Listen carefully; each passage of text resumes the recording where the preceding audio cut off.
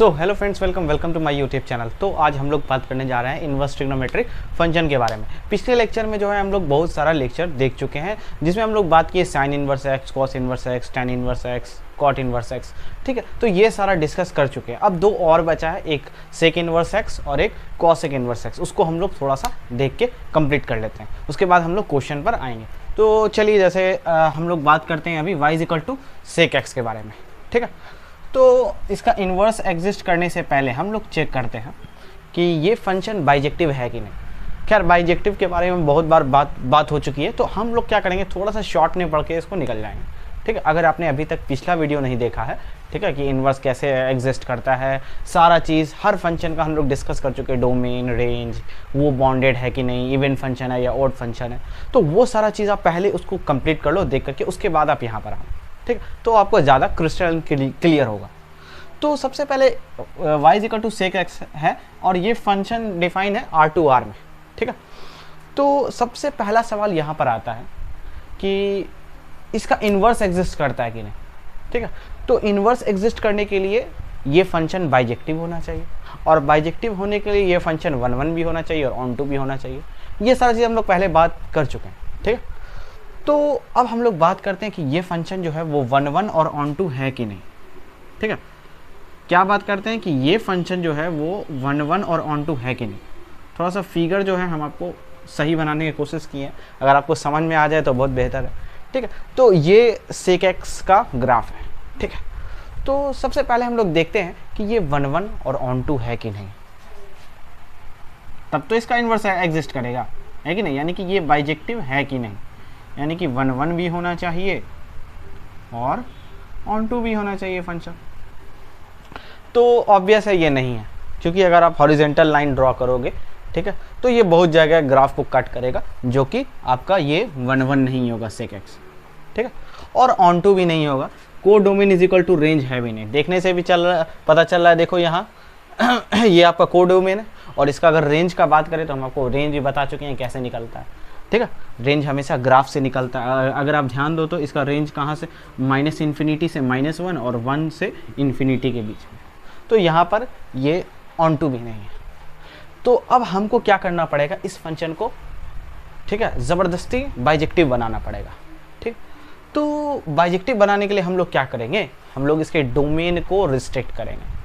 ठीक है, तो डोमेन को रिस्ट्रिक्ट कैसे करेंगे, तो आप जो यहाँ पर ब्लैक लाइन देख रहे हो, ठीक है, ये डॉटेड, तो इसका डोमेन को जो हम लोग रिस्ट्रिक्ट करेंगे वो 0 से पाई के बीच में करेंगे। यानी कि ध्यान दीजिए, अब ये फंक्शन कुछ ऐसा हो जाएगा। इसका डोमेन को रिस्ट्रिक्ट करेंगे तो इसका डोमेन हम लोग कहाँ से कहाँ तक लेंगे, 0 से पाई के बीच में नहीं, कहाँ से कहाँ तक लेंगे, 0 से पाई के बीच में।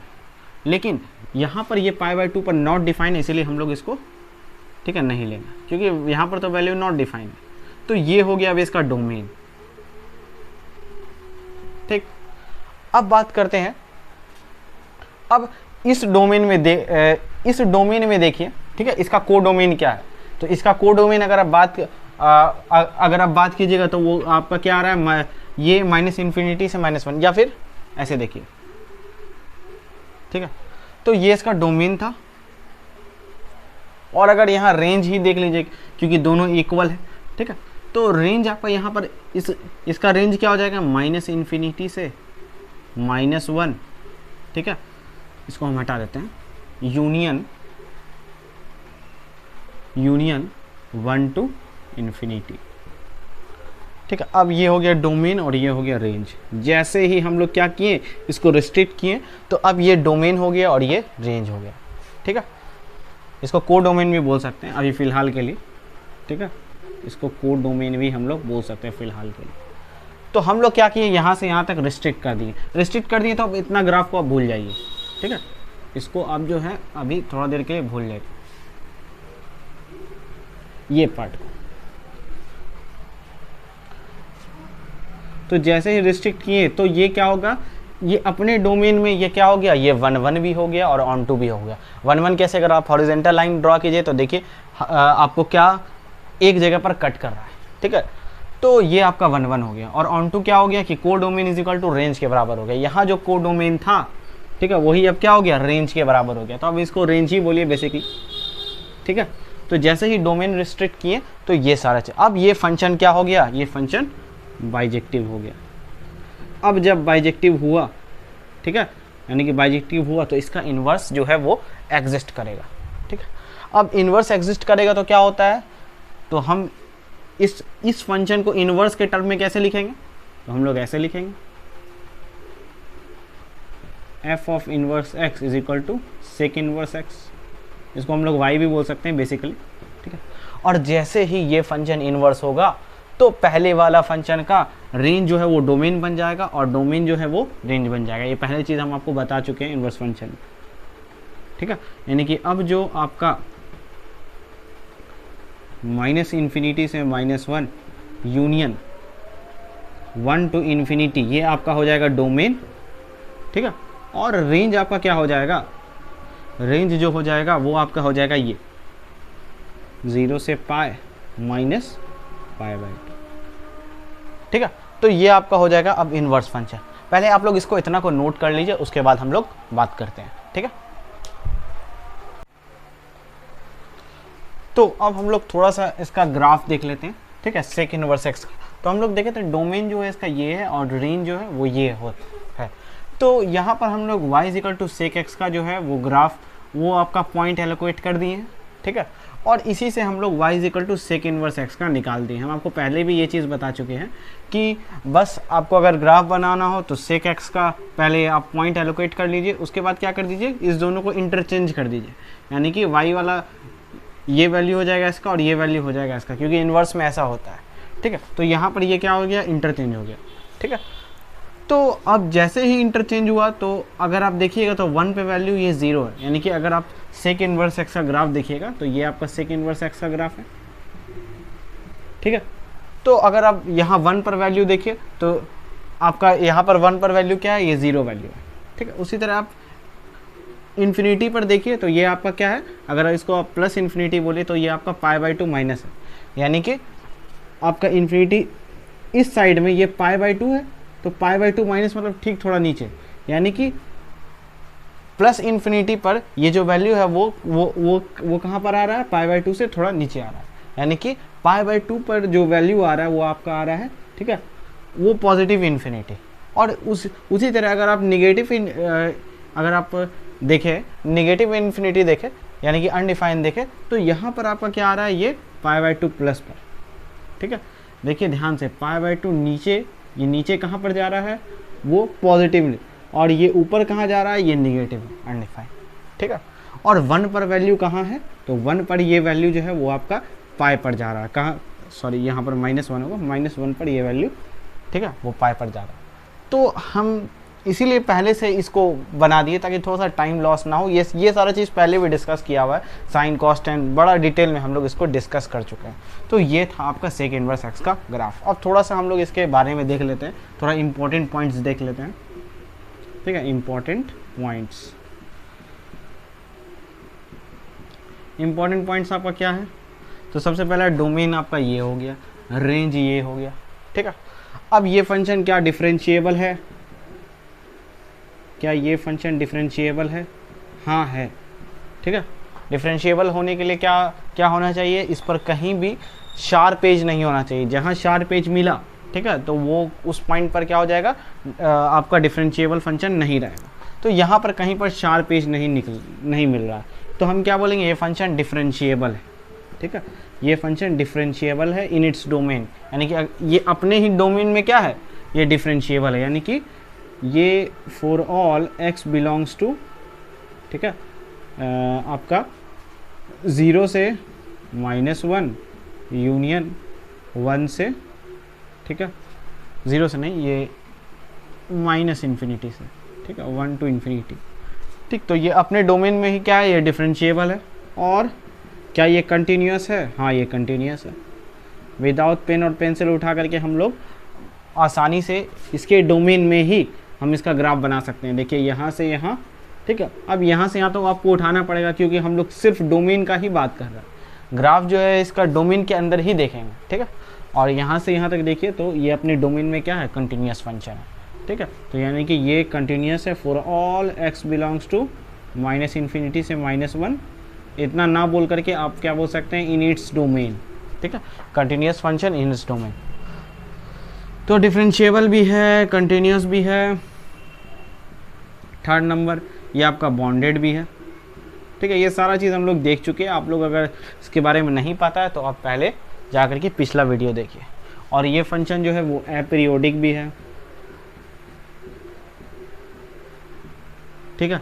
और अगर पांचवा बात करें तो ना ही इवन है और ना ही ऑड फंक्शन है, ठीक है, नाइदर, ठीक है, नाइदर ऑड नॉर इवन।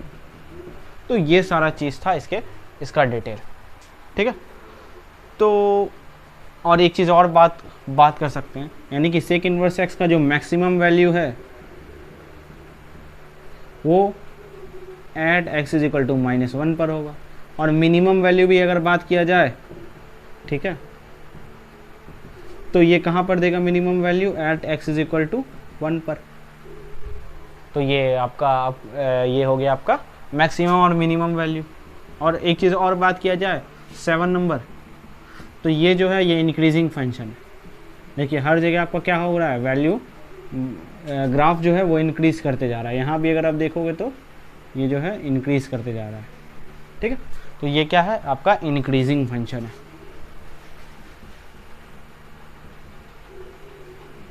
तो ये सारा डिटेल था इसके बारे में, ये हम पहले से ही आपको बता चुके हैं, ठीक है। तो आप लोग खुद से इसको ट्राई करो, तो आप इसको नोट कर लो, ठीक है। तो नेक्स्ट हम लोग देखते हैं y is equal to cos x के बारे में, ठीक है। तो y is equal to cos x जो है ये बाइजेक्टिव नहीं है, यानी कि ना ही ये 1 है और ना ही ये ऑन टू है, ठीक है। तो ये बाइजेक्टिव नहीं है, तो हम क्या करेंगे, इसको बाइजेक्टिव बनाएंगे। बाइजेक्टिव बनाने के लिए हम लोग क्या करेंगे, इसके डोमेन को जो है वो रिस्ट्रिक्ट करेंगे। अब डोमेन को जो रिस्ट्रिक्ट करेंगे, ये आपका cos x का ग्राफ है, ठीक है। तो अगर इसको हम लोग इसको रिस्ट्रिक्ट करें, ठीक, कहाँ से कहाँ तक रिस्ट्रिक्ट करेंगे, जो कि ये 1 भी हो जाए और ये ऑन टू भी हो जाए। तो इसको हम लोग जो है वो यहाँ से रिस्ट्रिक्ट करेंगे, -π/2 से +π/2 के बीच हम लोग क्या कर देंगे, इसको रिस्ट्रिक्ट कर देंगे। तो देखिए हम ये वाला पार्ट आपको मिटा के समझा दे रहे हैं, ये यानी कि इसका डोमेन जो हम लोग इसको रिस्ट्रिक्ट कर दिया, ठीक है, यहाँ से यहाँ तक के बीच में। तो जैसे ही ये यहाँ से यहाँ तक हम लोग डोमेन इसका रिस्ट्रिक्ट किए, डोमेन है कहाँ से कहाँ तक रिस्ट्रिक्ट किए, -π/2 से +π/2 और के बीच रिस्ट्रिक्ट कर दिए। लेकिन जीरो को हम लोग क्या कर दिए, एक्सक्लूड कर दिए, जीरो को छोड़ दिए, क्योंकि cosec जीरो का वैल्यू क्या होता है, अनडिफाइन होता है। क्या होता है, cosec जीरो का वैल्यू जो है वो अनडिफाइन होता है। देखिए ये हो गया 1/sin जीरो, और sin जीरो का वैल्यू क्या होता है, 0, और 1/0 क्या होता है, अनडिफाइन। तो हम लोग क्या करेंगे, इस पॉइंट को, जीरो को छोड़ के हम लोग इसको डोमेन को रिस्ट्रिक्ट करेंगे। यानी कि अगर आप ध्यान से देखें तो अगर y equal to cos x function है, तो हम लोग डोमेन को रिस्ट्रिक्ट करेंगे कहाँ से कहाँ तक, -π/2 से +π/2 के बीच, एक्सक्लूडिंग जीरो, यानी कि जीरो को छोड़ करके अगर हम लोग डोमेन रिस्ट्रिक्ट करते हैं तो ये आपका क्या हो जाएगा, ये आपका जो है वो बाइजेक्टिव फंक्शन हो जाएगा, ठीक है। इसका डोमेन हम लोग रिस्ट्रिक्ट कर दिए इसमें, ठीक है। और अभी जब डोमेन रिस्ट्रिक्ट कर दिए तो इस फंक्शन का रेंज आपका कितना हो गया, ये था डोमेन और ये हो गया रेंज। तो हम लोग रेंज अगर देखें तो रेंज आपका इसका कहाँ से कहाँ जा रहा है, -∞ से -1, ठीक है, यूनियन 1 to ∞, ठीक है। रेंज आपका क्या जा रहा है, -∞ से -1 यूनियन 1 to ∞, ठीक है। जैसे ही इसको रिस्ट्रिक्ट किए तो क्या हो गया, इसका रेंज जो है वो ये हो गया। अभी आप देखिएगा तो ये 1 भी हो गया और ये ऑन टू भी हो गया। ऑन टू कैसे हुआ, क्योंकि codomain is equal to range है यहाँ पर, ठीक है। तो अब ये फंक्शन क्या हो गया, ये पूरी तरीके से बाइजेक्टिव हो गया। और अब जब बाइजेक्टिव हो गया तो इसका इन्वर्स जो है वो एग्जिस्ट करेगा। तो इसके इन्वर्स को हम लोग कैसे लिखेंगे, तो हम लोग इसके इन्वर्स को लिखते हैं y इज इक्वल टू, या f of inverse x is equal to cosec inverse x, ठीक है। अब जो है इसका, जैसे ही इसको हम लोग रिस्ट्रिक्ट किए थे, ठीक है, सॉरी, जैसे ही ये इन्वर्स फंक्शन बना तो अब इसका डोमेन और रेंज क्या हो जाएगा, जो पहले वाला जो यानी कि इसके ठीक अपोजिट हो जाएगा। तो अब जो डोमेन जो हो जाएगा इसका, ठीक है, इस फंक्शन का वो हो जाएगा माइनस इन्फिनिटी से -1 यूनियन 1 टू इन्फिनिटी। ठीक है, ये पहले भी बता चुके हैं। और रेंज क्या हो जाएगा आपका, रेंज जो है वो आपका हो जाएगा -π/2 से +π/2 के बीच एक्सक्लूडिंग 0, यानी कि 0 को छोड़कर, ये हो जाएगा रेंज।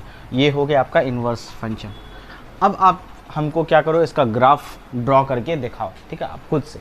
ठीक है, तो पहले आप यहाँ तक इसको नोट कर लो।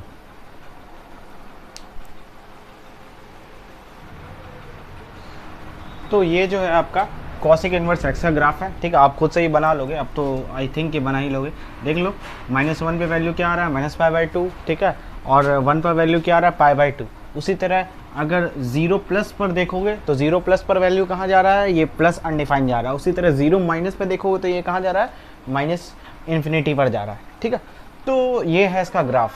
अब कुछ इंपॉर्टेंट पॉइंट हम लोग इसका देख लेते हैं। क्या देख लेते हैं, कुछ important points. First important point क्या है कि ये जो है वो अपने अपने डोमेन में क्या है, कंटिन्यूस भी है और डिफरेंशिएबल भी है। यानी कि ये क्या है, कंटिन्यूस फंक्शन भी है एंड डिफरेंशिएबल भी है इन इट्स डोमेन, अपने डोमेन में। ठीक है, ये अपने डोमेन में क्या है, कंटिन्यूस भी है और डिफरेंशिएबल भी है। दूसरा, अगर दूसरा चीज़ देखोगे तो ये पीरियोडिक नहीं है। ठीक है, यानी कि ये अपीरियोडिक है, बार बार रिपीट नहीं कर रहा है ये। ठीक है, ये अपीरियोडिक है। तीसरा, अगर देखोगे तो ये जो है ये डिक्रीजिंग फंक्शन है। अगर ध्यान से देखो, हर टाइम वैल्यू क्या हो रहा है, इसका घटते जा रहा है। यहाँ पर भी अगर देखोगे तो ये क्या होगा, हर टाइम वैल्यू क्या हो रहा है, वो नीचे जाते जा रहा है। ठीक है, तो ये आपका क्या हो गया, डिक्रीजिंग फंक्शन हो गया। क्या हो गया, डिक्रीजिंग फंक्शन। और तीसरा चीज़ देखोगे तो ये सिमेट्रिक अबाउट ओरिजिन है। अगर यहाँ से तुम सेम यहाँ डिस्टेंस ट्रैवल करोगे तो यहाँ पहुँचोगे, और सेम डिस्टेंस यहाँ पे ट्रैवल करोगे तो जस्ट इसके सिमेट्रिक पहुँचोगे। ठीक है, तो ये क्या है, ऑड फंक्शन है। क्या है ये, ऑड फंक्शन है, पहले भी हम बता चुके हैं। ठीक है, तो ये सारा चीज़ है इसका क्वालिटी। ठीक, और अगर इसका मैक्सिमम वैल्यू देखोगे तो 1 पर इसका मैक्सिमम वैल्यू होता है। ठीक है, और यहाँ पर मिनिमम वैल्यू क्या होता है, -1 पर होता है। ठीक है, मैक्सिमम वैल्यू यहाँ 1 पर देगा और मिनिमम वैल्यू -1 पर होगा। ठीक है, तो ये सारा चीज़ था हमको डिस्कस करना, और तो कुछ बचा नहीं। ठीक है, आई होप जो बचा होगा वो आप खुद से भी कर लोगे। ठीक, तो इसको नोट कर लो।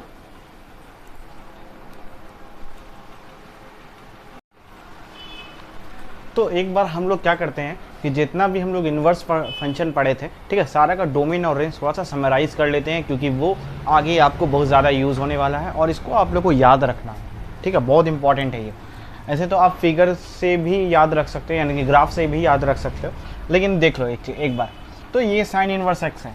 ठीक है, इसका जो डोमेन है वो -1 से 1 के बीच में। अच्छा, एक चीज़ और, इसको हम लोग ऐसे भी लिख सकते हैं, बहुत जगह आपको ऐसे लिखा हुआ रहेगा।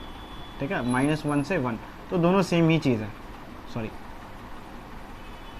ठीक है, ये इस तरीके से लिखा हुआ रहेगा। ठीक, तो ये भी बेसिकली क्या है, दोनों सेम ही चीज़ है। यानी कि साइन इन्वर्स एक्स और कॉस इन्वर्स एक्स का डोमेन यहाँ सेम है। ठीक है, और उसी तरह टेन इन्वर्स एक्स और कॉट इन्वर्स एक्स का भी डोमेन सेम है।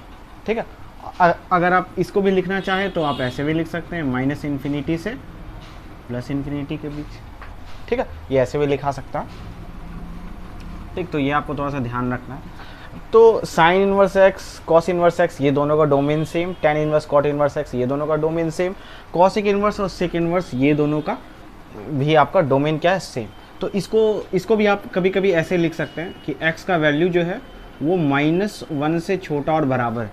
ठीक है, और बहुत जगह आपको ऐसा लिखा रहेगा, तो हम सोचे आपको बता देते हैं।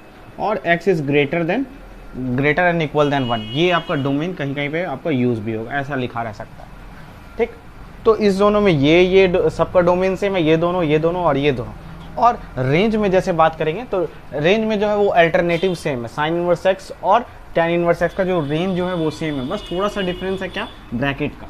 ठीक है, एक जगह पर इंक्लूड है और एक जगह पर एक्सक्लूड है। ठीक है, जैसे यहाँ पर ये इंक्लूड कर लिया π/2 को भी, -π/2 को भी इंक्लूड है और +π/2 दोनों इंक्लूड है। लेकिन यहाँ क्या कर दिया, -π/2 और +π/2 दोनों का एक्सक्लूड कर दिया। एक्सक्लूड कर दिया मतलब छोड़ दिया।